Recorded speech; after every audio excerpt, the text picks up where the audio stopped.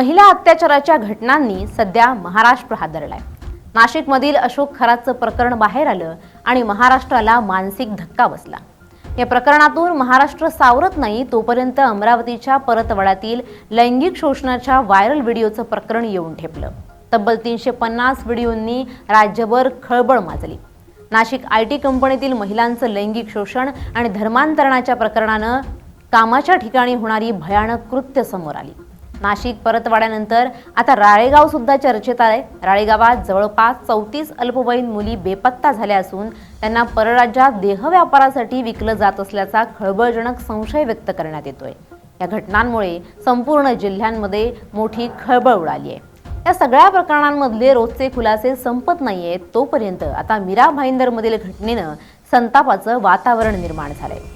मीरा भाईंदर परिसरात एका महिलेनं केलेल्या गंभीर आरोपांमुळे खळबळ उडाली आहे। भाजपचे नगरसेवक लक्ष्मण जंगम यांच्या विरुद्ध अखेर गुन्हा दाखल करण्यात आलाय। सुरुवातीला पोलिसांनी तक्रार घेण्यास टाळाटाळ केल्याचा आरोप करण्यात आला होता। मीरा रोड पोलिसांनी तात्काळ दखल घेत संबंधित गुन्हा नोंदवलाय।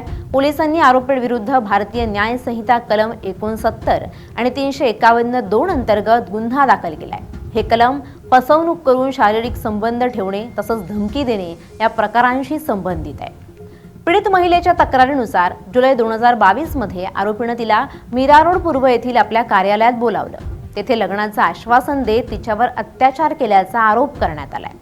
महिलेने विरोध केला असतानाही विविध ठिकाणी कार्यालय, लॉज तसंच इतर ठिकाणी तिच्या इच्छेविरुद्ध शारीरिक संबंध ठेवले असा आरोप तक्रारीत करण्यात आलाय।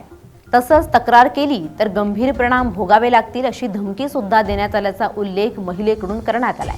या सर्व प्रकारामुळे पीडित महिला मानसिकदृष्ट्या त्रस्त झाल्याचं समोर आलंय। दरम्यान सुरुवातीला पोलिसांनी तक्रार नोंदवून घेण्याचा विलंब केल्यामुळे प्रश्नचिन्ह उपस्थित झालं होतं।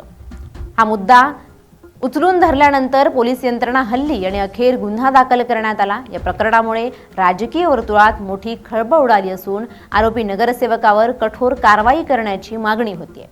पुढील तपास मीरा रोड पोलिसांकडून सुरू आहे। दरम्यान या प्रकरणात गुन्हा दाखल झाल्यानंतर राजकीय वर्तुळातही जोरदार प्रतिक्रिया उमटू लागल्या आहेत। विरोधकांनी या घटनेवरून सत्ताधारी पक्षावर टीका करत संबंधित नगरसेवकावर तात्काळ कठोर कारवाई करण्याची मागणी केली आहे।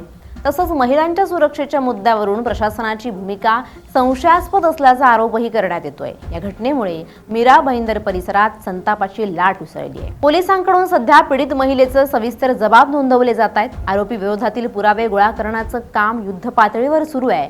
संबंधित ठिकाणांवरील सीसीटीव्ही फुटेज, कॉल रेकॉर्ड आणि इतर तांत्रिक बाबींची तपासणी केली जाते। प्रकरणाची गंभीरता लक्षात घेता वरिष्ठ अधिकाऱ्यांच्या देखरेखीखाली हा तपास सुरू असून लवकरच पुढील कारवाई होण्याची शक्यता वर्तवण्यात येते। दरम्यान सध्या राज्यात परतवाडा आणि नाशिक येथील आयटी कंपनीत महिला अत्याचाराच्या घटना समोर आल्यात। या पार्श्वभूमीवर राळेगावमधील हा प्रकार अधिकच संवेदनशील मानला जातोय। या टोळ्यांचे जाळं राज्यभर पसरलंय का याचाही सखोल तपास करण्याची मागणी आता जोर धरते। मीरा भाईंदर प्रकरण आता कुठपर्यंत जातंय हे देखील पाहणं महत्त्वाचं ठरणार आहे। राज्यात घडत असलेल्या घटनेनंतर आता महिला सुरक्षिततेचा प्रश्न निर्माण झालाय। त्यामुळे प्रशासन यावर कशा प्रकारे कारवाई करतं याकडे सर्वांचं लक्ष लागलंय। Bureau report LS Marathi.